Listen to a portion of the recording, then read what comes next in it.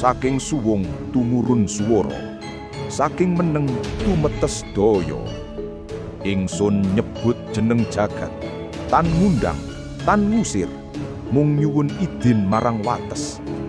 Pelawangan kawuga ora amarga peksa, nanging amarga eling.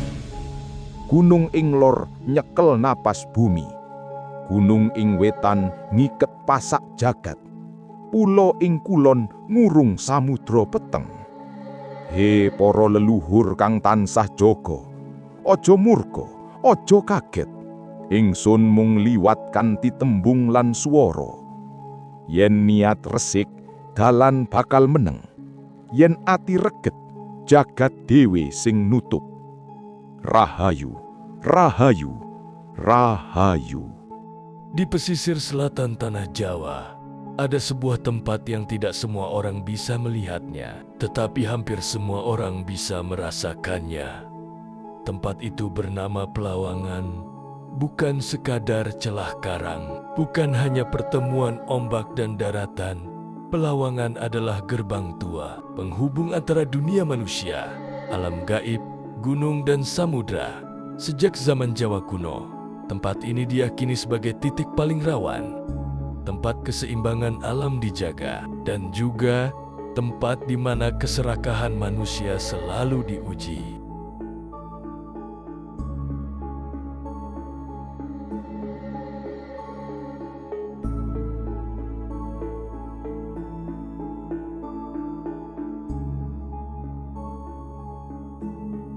Kosmologi 3. Penjaga.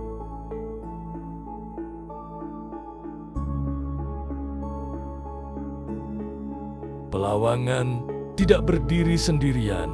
Ia dijaga oleh 3 penjuru kekuatan alam. Di utara berdiri Gunung Kapur, gunung putih yang sunyi, dingin, dan terasa mati. Di sanalah roro leluhur daratan diikat agar tidak mengganggu manusia.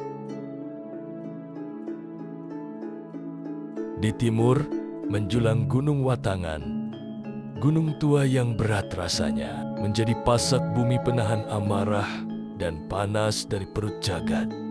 Gunung ini dipercaya sebagai paku bumi yang menahan Jawa agar tidak ditarik ke Laut Selatan.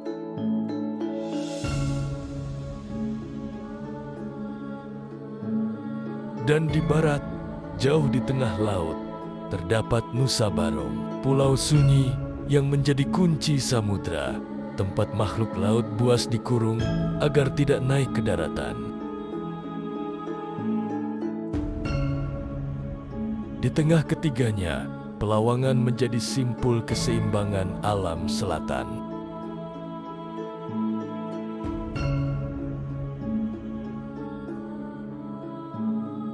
Penunggu Pelawangan.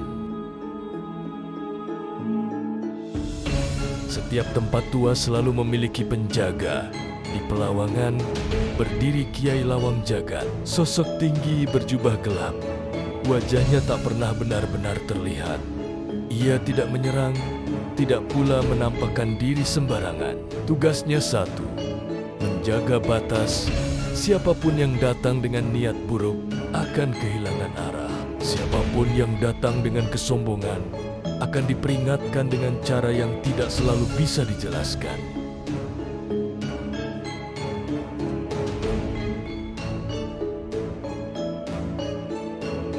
Gunung Kapur dan penjaganya.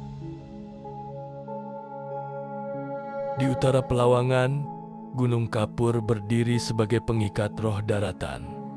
Penunggunya dikenal sebagai Eyang Putih Kapur. Sosok tua berkulit pucat seperti batu, membawa tongkat dari tulang leluhur. Ia menjaga agar arwah manusia tetap berada di wilayahnya, tidak berjalan liar menuju laut.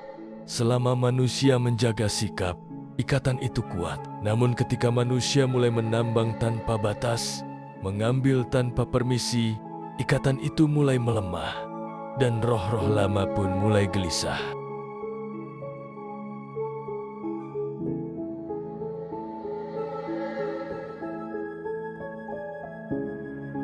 Watangan, dan penunggunya.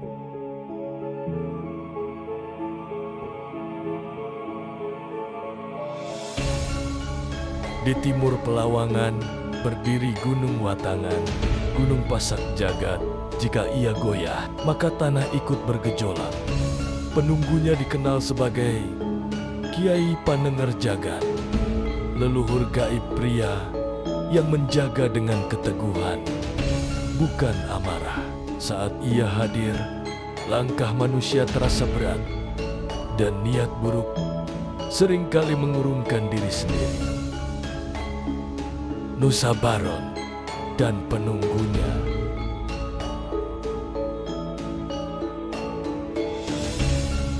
Di barat Pelawangan, jauh di tengah Laut Selatan, berdiri Nusa Baron, pulau yang tidak pernah benar-benar mati dan tidak pernah benar-benar hidup. Penunggunya adalah Mbah Barong Samudra, leluhur gaib pria yang terikat sumpah purba.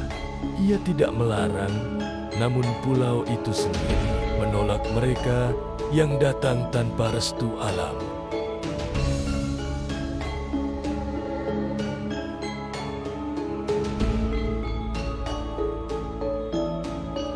Keserakahan manusia.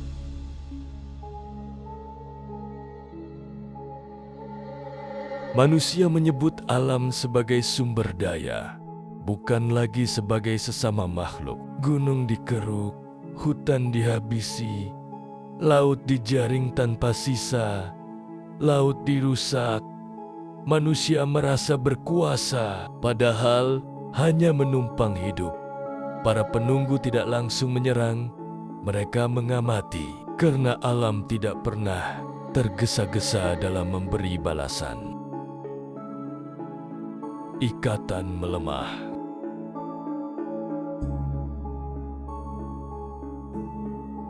Gunung Kapur mulai melepas ikatan, roh-roh daratan gelisah. Para sesepuh bermimpi buruk mendengar tangisan dari batu. Yen pangiket kendo, roh bakal goleih. Dalan metu, Gunung Watangan bergetar menahan amarah. Bukan untuk menghancurkan, tetapi karena luka yang terlalu dalam. Watangan orang ngamuk, nanging nahan. Yen nahane pecah. Menungso kudu eling lan waspodo. Di barat, Nusa Barong merasakan gelombang roh yang tak lagi teratur. Makhluk laut yang seharusnya terkurung mulai bergerak. Kabut hitam menyelimuti pulau itu berhari-hari. Arus laut berubah. Nelayan melihat bayangan besar bergerak di bawah perahu. Kunci samudera mulai longgar. Pelawangan bernapas.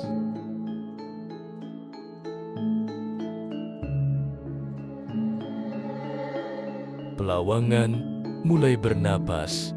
Air berputar tanpa angin. Suara gamelan terdengar dari karang. Orang-orang yang serakah mulai dipanggil laut. Bukan semua, hanya yang melanggar batas.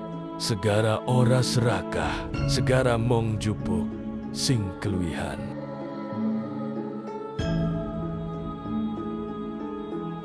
Penguasa Laut Selatan.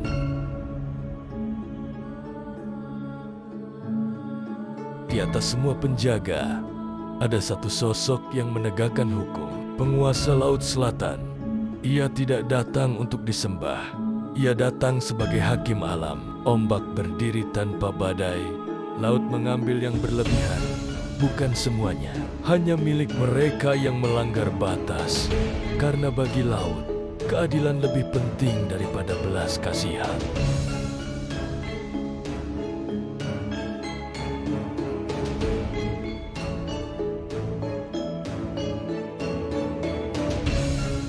Wasiat leluhur.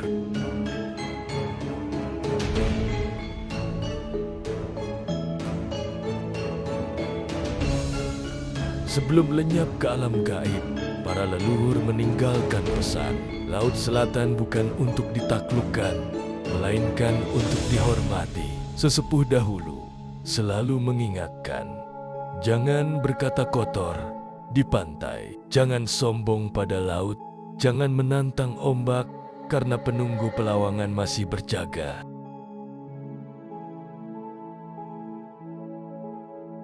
Penutup legenda.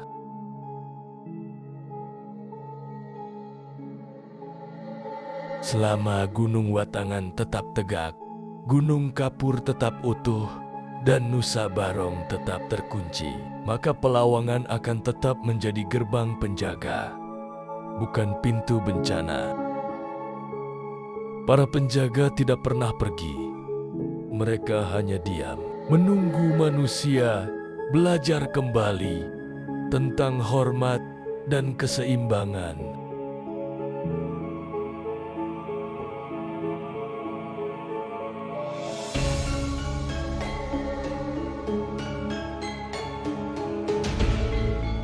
Assalamualaikum jagat kasat lan para kasat. Ingsun nyuwun pamit marang segara lan saisine. Marang angin, marang ombak, marang wewengkon Pelawangan. Ingsun tindak ora nggawa gawe rusak, mung ngupaya rejeki kanggo urip. Menawi wonten kang jaga panggonan punika, ingsun nyuwun diluari, diparingi dalan alus lan aman. Ombak ojo ngamuk, angin ojo murka, perahu mugi tansah pinaringan kawelasan. Ingsun pamit lunga lan nyuwun bali kanthi slamet. Amin. Rahayu, rahayu, rahayu.